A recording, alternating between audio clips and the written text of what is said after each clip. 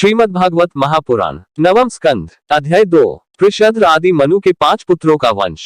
श्री सुखदेव जी कहते हैं, परीक्षित, इस प्रकार जब सुद्युम्न तपस्या करने के लिए वन में चले गए, तब वैवस्वत मनु ने पुत्र की कामना से यमुना के तट पर 100 वर्ष तक तपस्या की। इसके बाद उन्होंने संतान के लिए सर्वशक्तिमान भगवान श्रीहरि की आराधना की और अपने ही समान 10 पुत्र प्राप्त किए, जिसमें सबसे बड़े इक्ष्वाकु थे। उन मनुपुत्रों में से एक का नाम था पृषद। गुरु वशिष्ठ जी ने उसे गायों की रक्षा में नियुक्त कर रखा था, अतः वह रात्रि के समय बड़ी सावधानी से वीरासन से बैठा रहता और गायों की रक्षा करता। एक दिन रात में वर्षा हो रही थी। उस समय गायों के झुंड में एक बाघ घुस आया। उससे डरकर सोई हुई गौ उठ खड़ी हुई।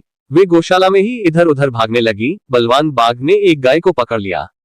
वह अत्यंत भयभीत होकर चिल्लाने लगी। उसका वह क्रंदन सुनकर पृषद गाय के पास दौड़ाया। एक तो रात का समय और दूसरे घनघोर घटाओं से आच्छादित होने के कारण तारे भी नहीं दिखते थे। उसने हाथ में तलवार उठाकर अनजान में ही बड़े वेग से गाय का सिर काट दिया। वह समझ रहा था कि यही बाघ है। तलवार की नोक से बाघ का भी कान कट गया। वह अत्यंत भयभीत होकर रास्ते में खून गिराता हुआ वहां से निकल भागा। शत्रुघ्न पृषद ने यह समझा कि बाघ मर गया, परंतु रात बीतने पर उसने देखा कि मैंने तो गाय को ही मार डाला है। इससे उसे बड़ा डैक हुआ।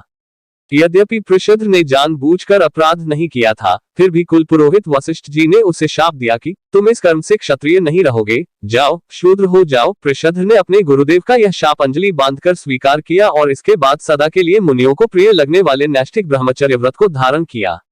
वह समस्त प्राणियों का अहेतुक हितैषी एवं सबके प्रति समान भाव से युक्त होकर भक्ति के द्वारा परम विशुद्ध सर्वात्मा भगवान वासुदेव का अनन्य प्रेमी हो गया। उसकी सारी आसक्तियां मिट गईं, वृत्तियां शांत हो गईं, इंद्रियां वश में हो गईं। वह कभी किसी प्रकार का संग्रह परिग्रह नहीं रखता था। जो कुछ दैववश प्राप्त हो जाता उसी से अपना जीवन निर्वाह कर लेता। वह आत्मज्ञान से संतुष्ट एवं अपने चित्त को परमात्मा में स्थित करके प्रायः समाधिस्थ रहता। कभी कभी जड़, अंधे और बहरे के समान पृथ्वी पर विचरण करता। इस प्रकार का जीवन व्यतीत करता हुआ वह एक दिन वन में गया। वहां उसने देखा कि दावानल धधक रहा है। मननशील पृषद अपनी इंद्रियों को उसी अग्नि में भस्म करके परब्रह्म परमात्मा को प्राप्त हो गया।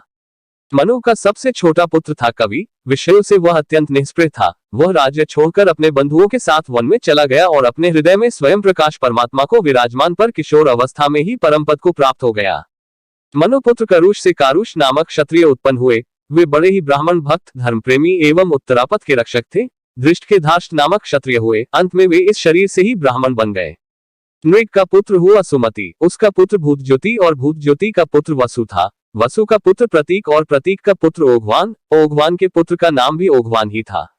उनके एक ओघवती नाम की कन्या भी थी, जिसका विवाह सुदर्शन से हुआ। मनुपुत्र नरिश्यंत से चित्रसेन, उससे ऋक्ष, ऋक्ष से मीडवान, मीडवान से कूर्च और उससे इंद्रसेन की उत्पत्ति हुई। इंद्रसेन से वीतिहोत्र, उससे सत्यश्रवा, सत्यश्रवा से उरुश्रवा और उससे देवदत्त की उत्पत्ति हुई। देवदत्त के अग्निवेश्य नामक पुत्र हुए, जो स्वयं अग्निदेव ही थे। आगे चलकर वे ही कानीन एवं महर्षि जातुकर्ण्य के नाम से विख्यात हुए।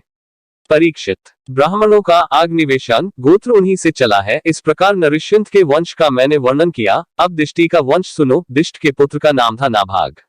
यह उस नाभाग से अलग है, जिसका मैं आगे वर्णन करूंगा। वह अपने कर्म के कारण वैश्य हो गया। उसका पुत्र हुआ भलिंदन और उसका वत्सप्रीति। वत्सप्रीति का प्रांशु और प्रांशु का पुत्र हुआ प्रमति। प्रमति के खनित्र, खनित्र के चाक्षुष और उनके विविंशति हुए। विविंशति के पुत्र रंभ और रंभ के पुत्र खनिनेत्र दोनों ही परम धार्मिक हुए। उनके पुत्र करंधम और करंधम के अवीक्षित।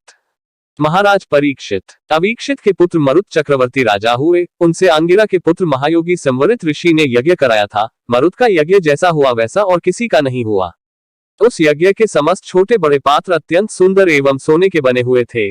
उस यज्ञ में इंद्र सोमपान करके मतवाले हो गए थे और दक्षिणाओं से ब्राह्मण तृप्त हो गए थे। उसमें परसने वाले थे मरुद्गण और विश्वदेव सभासद थे।